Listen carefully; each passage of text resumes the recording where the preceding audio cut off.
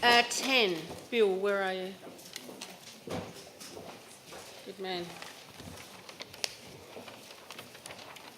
At the start of this, Tristan, bless him, goes, mate, run around every group and get them to look at the context of their conversation. I'm sorry, I'm not that brave.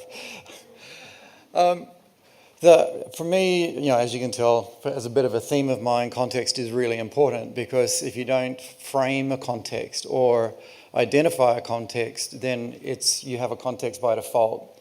And that context by default is sometimes called an agenda.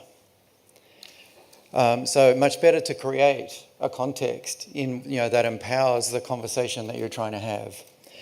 And it's not up to me to kind of provide an answer for this, really. Because it is like number 4 and a lot of the other presentations that we've had, is about questions.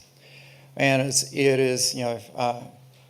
asking those questions, like what frame gives art front? What frame should we be looking through that gives art front? What are we recognise as not working? Is it colonisation? Is it privilege? Is it power? But more importantly, what empowers a new conversation? And that's probably the most important conversation. And some of those potential answers is inclusion what empowers this conversation? Is it decolonisation that empowers this conversation? Or is it a new definition of arts practice that would empower the conversation? Or, and from where I've been sitting for the last 3 days and just really looking at the entire conversation, is our foundation or our frame actually equity?